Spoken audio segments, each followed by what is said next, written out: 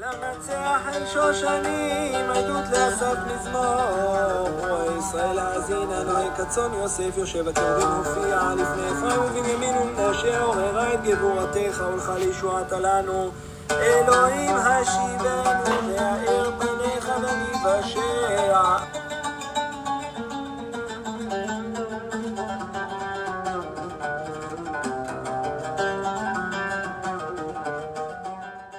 And this week, we will be studying a little bit about Pesach as we are getting prepared to enter the Passover. Now, the following study won't be as the usual studies where we focus on the parashot, the different portions of the Torah that we read weekly. I'd like to just focus on some of the ideas and concepts that are contained within the Passover and the Passover Seder, the meal of Passover, and their associations with the Messiah and the things that have been fulfilled and revealed through the Messiah Yeshua. So I would like to do so from within its Jewish context in order to bring a better understanding of the Passover's association with the Messiah. And I would also refer anyone to read many of the great teachings that are throughout time published in connection with Messiah and the Passover, especially recently through the Messianic movement. There's always been a great understanding of the association of Messiah and Passover, although it was removed from its context and made into a separate holiday, Easter really being something that's a holiday that originated in Rome and they synchronized the two. And that's been taught on. There are many people who speak on Yeshua within his Passover context, strictly within his Jewish context, but I want to focus on a couple of specific elements and principles that are not so much looked into. And so first I want to look into the association of Yitzchak, Isaac, with the Passover. And from there we'll get into the understanding of why a lamb. What's the significance or the symbolism of a lamb? And so we'll begin with Bereshit, Genesis chapter 18. In verse 10, it says, and this is the Malach of Hashem, Metatron, the messenger of Hashem who has the same name of Hashem. He doesn't have his own name like Gabriel, Michael, Raphael, the other Malachim, the other messengers of Hashem. This particular messenger shares the very name of Hashem. We see that in the following chapter, in chapter 19, verse 24, it says that Hashem called fire from the heavens from Hashem. So we know that this in particular messenger, who we know and understand to be the spirit of Messiah, is the one who is speaking to Abraham and to his wife Sarah in this occasion. In verse 10 it states, and he said, I will certainly return to you according to the time of life. And behold, Sarah your wife shall have a son. In verse 14 it says, is anything too hard for Adonai? At the appointed time. The key word here is moed. The Moadim specifically refer to the appointed times of Hashem. And so, Siftei Chachamim says the following regarding this verse. You might ask, how does Rashi know that this was Pesach, the Passover? The answer is, Yitzchak, Isaac, was born 1 year later. And it is written in Shemot 12:41. It was at the end of the 430 years, and on that very day, all of Adonai's multitudes went out. Regarding the exodus from Egypt, the Passover. The 400 years began with the birth of Isaac, from which time Abraham had progeny, who sojourned in foreign lands, specifically Egypt. The 400 years began and ended on the same date. On the very day the 400 years ended, the Israelites left Egypt. As Rashi explains in that passage, they left on the 15th of Nisan, on the first day of Pesach. Therefore, the angels foretelling of Isaac's birth, as well as the actual birth, were on Pesach. A further answer Rashi learned is from chapter 19, verse 3, and he baked matzot, referring to the food that they ate, the matzah, indicating that this was on Pesach. And so, it's not saying that on that very same day was the day that Isaac was conceived in his mother. but simply the day he would be born, a year from that day, would be the day of Pesach, the same day that Isaac was born. And we have all the elements in this section, the Moed, the appointed time, the Matzot, everything indicating in the Hebrew language that this took place on Passover. Now, understanding that Isaac was born on Passover helps us to understand a passage that comes along in Bereshit chapter 22, Genesis 22, a very well-known passage that we all know is associated with Mashiach. In 22 verse 6, it says the following. So Abraham took the wood of the burnt offering and laid it on Isaac his son. Now we know in Midrash Rabbah that this exact verse is referred to as Isaac carrying a tree on his back, just like a man carrying a cross on his way to be executed. It was very understood that this is referring prophetically to the work of Mashiach ben Yosef. And he took the fire in his hand and a knife, and the two of them went together. But Isaac spoke to Abraham his father and said, My father. And he said, Here I am, my son, Hineni. Then he said, Look, the fire and the wood, the tree, but where is the lamb for a burnt offering? And Abraham said, My son, Elohim will provide of himself the lamb for a burnt offering. Elohim yireh lo haseh leolah beni. My son. So the two of them went together. Now, Rabbi Simon in Pirkei the Rabbi Eliezer says, in the hour when Isaac was bound, he lifted up his eyes heavenward and saw the glory of the Shekhinah. We know that the Shekhinah, Metatron, was the one present speaking with Abraham from the beginning. And we also see another connection with Isaac in the Passover. Continuing in Pirkei de Rabbi Eliezer, it states that it was the nightfall of the day of Passover. And when Isaac called unto Esau, his elder son, and said, O my son, tonight the heavenly ones utter songs. On this night, the treasuries of dew are opened. On this day, the blessings of the dews are bestowed. Meaning this is a special day. This is a day where the heavens are open and there are many spiritual things taking place in the heavenly realm. And this is the day he chose to bless Esau. And we know that was a mistake. But Adonai works all things for the good of those who love him. Then we see Esau went to fetch it and was delayed there. Rebecca, said to Yaakov, the other son, on this night the treasures of dew will be opened, and on this night the angels utter a song. Make savory meat for thy father, that he may eat, and whilst he still lives, he may bless thee. Now Yaakov was skilled in the Torah. Remember, he was a pure man of the tents. And his heart dreaded the curse of his father. His mother said to him, My son, if it be a blessing, may it be upon thee and upon thy seed. If it be a curse, let it be upon me and my soul.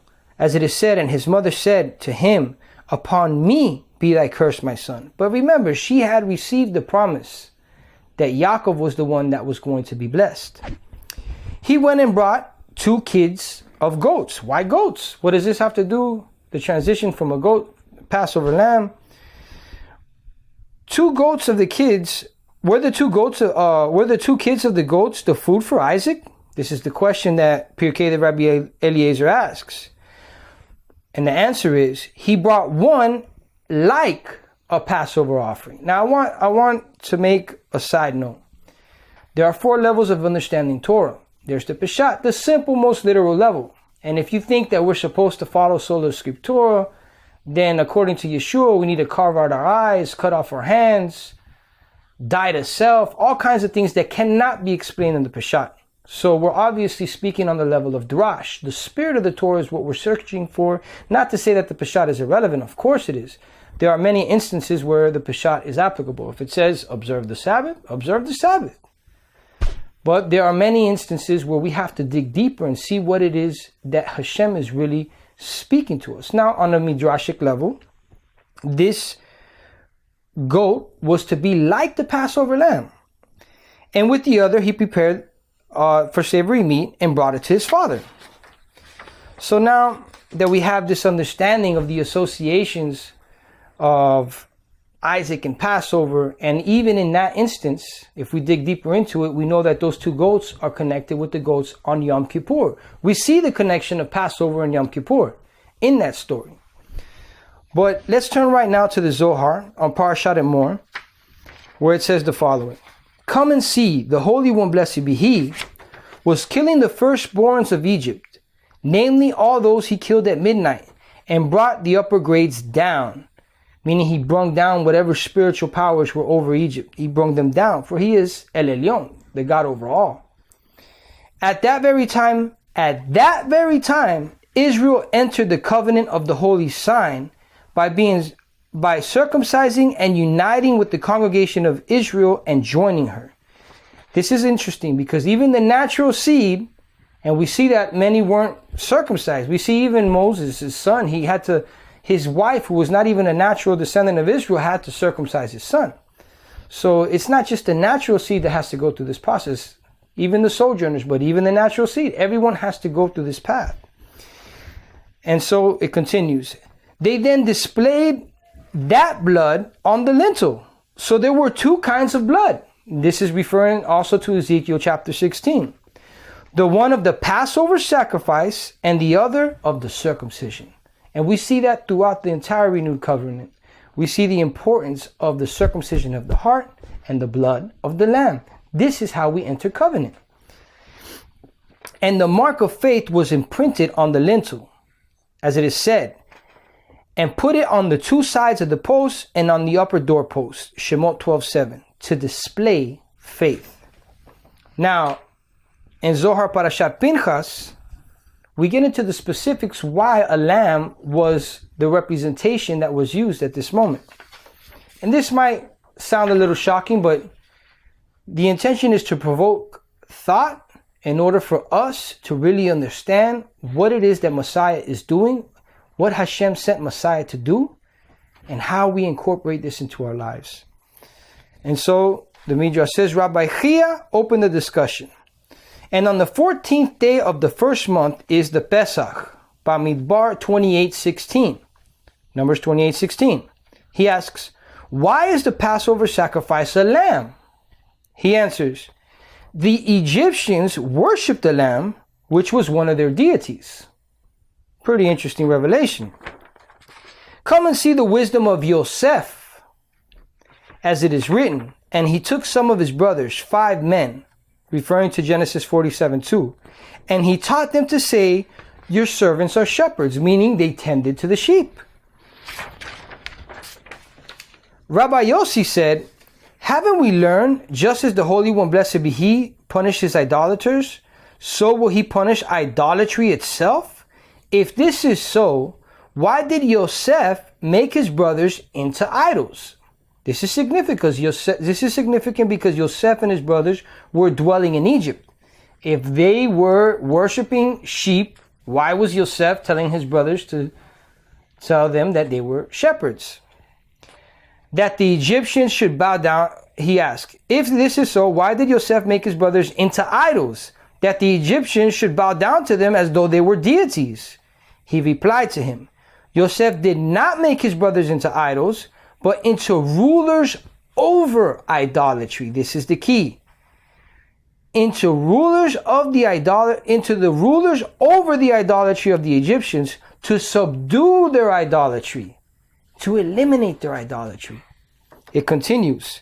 When the Egyptians heard the voice of their idol, which was being held by Israel, and they were unable to rescue it, they cried, and it was very difficult for them, as though they themselves had been tied up for the kill, tied in their place. Subsequently, as a reaction to this, they cast into the fire, as it is written, and burned their carved idols with fire. Their deities they burnt in fire, referring to Devarim 7:5. In other words, the idea of the lamb, the blood of the lamb, as far as its relation to those that were observing what was going on with the children of Israel, was in order for them to quit and stop participating in idolatry. On the one hand, yes, Hashem was atoning for the firstborn of Israel. On the other hand, he's releasing and freeing those in the nations trapped in the bondage of idolatry from these lies. And this is exactly what Messiah Yeshua does. Although they may not understand him perfectly, just by confessing Yeshua Messiah, many from the nations have been led into the faith of the God of Israel. Now I repeat, this does not mean they understand him perfectly. Yes, Rome has manipulated and distorted the teachings of Messiah to where Israel cannot even recognize him. And that's our task, to rectify these misunderstandings. And we're not going to always agree on this. But let's continue this conversation together, and let's return Messiah in his Jewish context. One, so that we can understand him and follow him correctly and strengthen our walk and be obedient to Adonai, as Yeshua is enabling us to do so by his Spirit. And also so that the rest of Israel, the natural branches, those who still need the full revelation, can come in to see that when they see people like the Anosim returning in the name of Yeshua, coming back to Torah, and those from the nations being grafted in, all in the name of Yeshua, renouncing idolatry. Although, like I said, they may not understand him fully, they may not follow him 100% accurately, but the generation is coming, and I believe that we're getting there now, where the followers of Messiah will begin to follow him correctly and be a correct testimony to the people of Israel, providing a good testimony of who Yeshua really is, the Jewish Messiah who loves the Torah of his Father. And so, now, I would like to go into Exodus 13, chapter 13, verse 1, where it says, Hashem said to Moses, set apart for me every firstborn. Because remember, what we were just discussing is that the lamb also was to save the firstborn that was about to be destroyed by the angel of death that's going across Egypt. Those who did not have the blood of the lamb would not be redeemed, meaning the firstborn were going to be struck down. Now keep in mind that the blood of the lamb freed them from this death, but they still hadn't received the Torah. In the same manner, when anyone embraces the Messiah, they're saved. They're saved from spiritual bondage. They're saved from their spiritual Egypt, but they still have to go toward the promised land. They still have to receive the Torah of liberty, as Yaakov, aka James, states in his epistle. It's a Torah for the free people. It's the Torah of liberty. It's not for those who are in bondage. They get the Torah after they're redeemed. The Torah comes after salvation. Nobody's saved because they keep Torah. It's a free gift. And so, Kedushat Levi, referring to Hashem said to Moses, sanctify for me every firstborn, says the following. The meaning of the word rechem, womb, the firstborn who opens the womb, Beter kol rechem, usually translated as each first opening the womb, should be understood as a reference to the task of the people of Israel to ensure that the source of mercy, rachamim, from the same root word, be open through the people of Israel's prayers so that all of mankind will be provided with its needs. To be a light to the nations. The purpose of Israel is to be a light to the rest of mankind, to show them that Adonai loves them and did not want for them to separate from him, not just at the fall of Adam, but at the Tower of Babel, when man continued in their rebellious ways. And so it is the task of Israel to be a light to the nations in order to bring them back to the Creator. And it continues.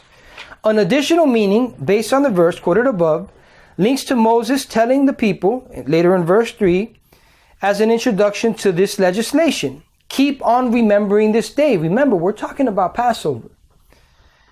The Arizal writes that the reason why Moses introduced relaying the legislation about the sanctity of the firstborn with the words, you are set apart for Adonai, every first issue from the womb.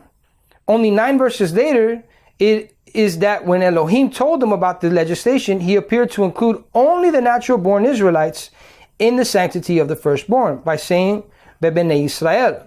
In other words, it seems as if he's only referring to the natural branches, the natural seed of Israel. The mixed multitude had not yet attained the level of spirituality that would allow their firstborn to be included in the additional degree of sanctity. Remember, they're just coming to the knowledge of Hashem. This mixed multitude of Egyptians who are attaching themselves to the people of Israel. Moses was afraid that the existing situation would result in the jealousy of the mixed multitude, as they would feel as second-class citizens. Sound familiar? Many people grafted into Israel have this concern.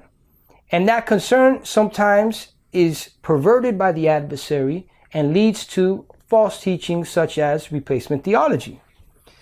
In order to bridge this gap, Moses instructed the Israelites with an additional commandment, of course, at the behest of Hashem, because it is Hashem who is guiding Moses and telling him what to command. The additional commandment to be observed when they would enter the Holy Land. A commandment that would apply to every Israelite crossing the Jordan, whether a natural born Israelite or a convert, a ger. In other words, this Passover observance is going to include even more sojourners, not just the multitude that was here. This additional commandment concerned the observance of the Exodus for 7 days on the anniversary of the dates on which it took place, and the eating of the matzot. The matzot is very important, the unleavened bread, and the offering of the Passover lamb on the eve of the first day of matzot would be eaten for 7 days. This commandment was to apply to all the people of Israel, be they natural born Israelites or gerim, converts. Sound like Romans 11? It was a compliment to the mixed multitude, as this group of people had not been redeemed from Egypt since they had not been slaves there. These were the Egyptians. Some of them were the slave owners, possibly, that maybe repented and seen how the true God of Israel was the real one in control. And so we turn and come back to the connections of Passover and Yom Kippur, the Day of Atonement, the Day of Judgment. In Minchat Ani, commentating on the Pesach Haggadah, it states the following. There is a similarity between Yom Kippur and the Passover rituals. On Yom Kippur, the high priest entered the Holy of Holies to fulfill the required rituals 4 times. To bring the incense, to bring the blood of the bull, to bring the blood of the goat, there goes the goat, and to bring the kolpan, to bring out the kolpan. On Passover night, there are 4 parts to the Seder, to the Passover meal, based around the 4 cups of wine. The 4 parts of these 2 ceremonies represent the 4 periods. The first period represents the period between the creation of the first man and the revelation at Mount Sinai. The second period is from the giving of the Torah until the coming of the Messiah. The third period in history is from the coming of the Messiah. Think of Messiah's 3rd cup. Until the Olam Haba, the world to come. The goat offering alludes to Esau, which represents the Roman Empire. With the coming of the Messiah, the other nations will find atonement. The Gentiles find atonement with the coming of the Messiah, associated with Passover and connected with Yom Kippur. And so we see that all these elements are contained in the Passover story, which the majority of you are familiar with, and even in the Passover Haggadah, the traditions of the Jewish people that have been preserved for thousands of years. Even within these elements, the elements of Messiah, and specifically Yeshua, are still within a Passover Haggadah. Even a non-Messianic Passover Haggadah reveals the Messiah Yeshua. And so, in the Passover Haggadah, we see that there are 4 children who ask 4 questions. There is the wise one, the wise child, the wicked child, the simple child, and the one that doesn't know how to ask. Similar to a person who asked Hillel to teach the whole Torah while standing on 1 foot, which refers to a convert, a ger, the wise child asks a brief explanation for the commandments. What is their purpose and the meaning of the mitzvot, the commandments? The answer he receives is, One may not eat any dessert after the Passover offering. In other words, just as the taste of the Afikoman, which we'll get to, the Afikoman is a piece of matzah that's broken in half and placed between two other matzot. And half is placed between those two and half is hidden only to be revealed later.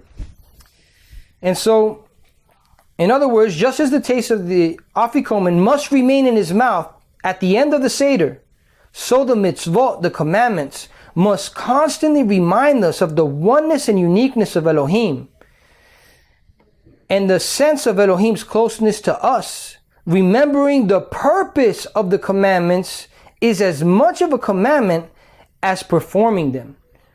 This is what Yeshua taught.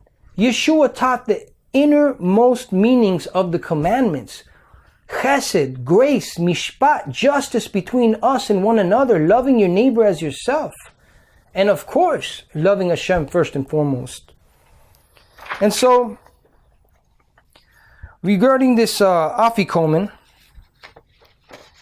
the Midrash continues and explains that the wise asks and the wicked speaks. How are the wise and the wicked different from one another? There is an answer to the wise person's question, while the wicked person's question is rhetorical. He is not searching for an answer. The wicked person is wise in his own eyes. He doesn't need or want anyone's answer. This is why we cannot cast our pearl to swine. There are people who already have their answers made up in their minds. If they don't want to see the truth, you can't force it on them. Now, regarding the wise, we answer the wise person by telling him to eat the Afikoman and nothing after it. In this way, the taste of the Afikoman will remain in his mouth even when the Seder has ended, and he will show self-restraint not only on this night of Passover, but in the days to come as well. By not eating after the Passover offering, which is replaced by the Afikoman, this piece of matzah that is designated the Afikoman replaces and symbolizes the Passover lamb. We show that we do not eat out of hunger and that we can control our appetites, our urges. Through Messiah, we have control over the Yetzer Hara. We have control over the carnal nature. The Afikoman becomes an advocate. The Messiah Yeshua is our advocate. Now, regarding this word Afikoman, it comes from Aramaic. And the term means Afiku, min, which means to bring out. Afiku means to bring out. Min, they say, means delicacies, various delicacies. But I would disagree, because this word man, as noted by a Messianic sister that I read an article, even she notices, many other Messianic teachers have noticed that this word man is the same word man, which we translate as manna, the heavenly bread. So we see that this Afikoman is associated with the Passover lamb and the heavenly bread that was given to the children of Israel while they were surviving in the desert. And so, regarding the Afikoman, the Kitzur Shulchan Aruch says, after completing the meal, the Afikoman is eaten to remind us of the Passover sacrifice, which was eaten at the end of the meal so that we should be completely satiated. It is proper to eat 2 olive-sized pieces of matzah for the Afikoman. One to remind us of the Passover lamb, the Passover sacrifice, and the other to recall the matzah that was eaten with the Passover sacrifice. And you shall eat the Afikoman while reclining, because we're free now. After eating the Afikoman, it is forbidden to eat everything. The 3rd cup is then filled. The 3rd cup. Let's go to the book of Luke, chapter 22, verse 19. It says, and he, Yeshua, took the matzah, gave thanks and broke it, the Afikoman, and gave it to them, saying, this is my body, which is given for you. Do this in remembrance of me. He's speaking about the Passover and nothing else. Likewise, he also took the cup after supper, the 3rd cup, saying, this cup is the renewed covenant in my blood, which is spoken of in Jeremiah chapter 31, Ezekiel chapter 36, and throughout the prophets, which is shed for you. And he says, but behold, the hand of my betrayer is with me on the table, and truly the Son of Man goes out and has been determined. But woe to the man who has betrayed me. There's an interesting teaching that Rabbi Bernstein gives associated with the sandwich of Hillel, which is the matzah, the bitter herbs, and the charoset eaten together, and its correspondence with the betrayal by one of Yeshua's disciples. But what I want to focus on here is how Messiah says, referring to the Afikoman, that this is him. He is the Afikoman. He is that broken matzah that is hidden, only to be revealed in the end. And how do I know that this is true? Aside from all of the evidence that I've given, we also have in Chagigah 15a, the very well-known story of the 4 sages who entered the Pardes, the 4 different levels of understanding the Torah, which is a spiritual realm. Rav Shaul speaks about this in the Renewed Covenant, referring to those who go into the different levels of the heavens. This is something that is foreign to a lot of people, I understand. Not to get too much into that, but just sticking with the symbolisms that are revealed here, it speaks that there is one who enters and is called a heretic because he embraces Metatron. Now, you don't have to agree with me. This is something that I'll leave open to those who are willing to look into this evidence. And in Chagigah 15a, it says, the Gemara stated earlier that Acher chopped down the plantings. Now, we know that these plantings are associated with the plant the Netzer, which is symbolic of Messiah. Acher is associated with Yosef. There's a lot of things that I see personally pointing to a revelation of Messiah. And he becomes a heretic. With regard to him, it states, do not let your mouth bring your flesh into guilt. The Gemara posed a question. What was it that led him to hearsay? He saw the angel Metatron, the messenger of Adonai who shares his name, who was granted permission to sit and write the merits of Israel. He said, there is a tradition in the world above that there was no sitting, no competition, no turning one's back before him. And so all faced the divine presence. Seeing that someone other than Elohim was seated above, he said, perhaps, heaven forbid, there are 2 authorities. Now, this is the accusation made against him. But we know that Hashem is one, manifested through his word, the spirit of Messiah.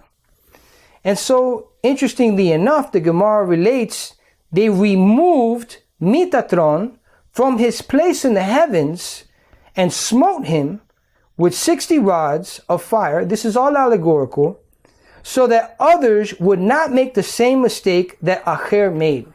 Now, how do I know that Metatron is Messiah?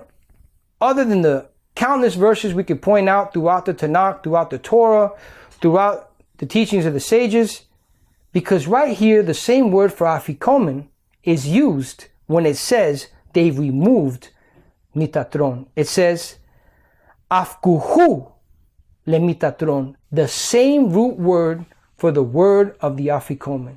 It was Messiah, the messenger of Adonai, who was broken in our place, not just for the natural seed of Israel, but for that multitude of sojourners from the nations who would enter covenant with the God of Israel. For that is the purpose of Israel, to be a light unto the nations.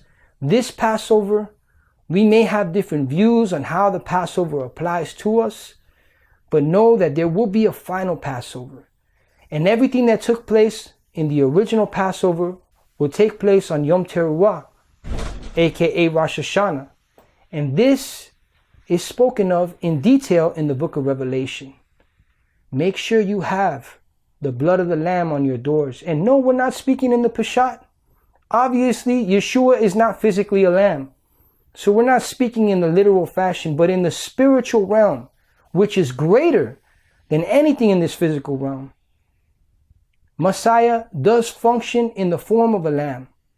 Specifically, the lamb that's blood was placed on the doorposts and redeemed the firstborn of Israel, and gave entrance to those from the nations who wish to attach themselves to the God of Israel and to the people of Israel. Chag Pesach Sameach. Shavua Tov.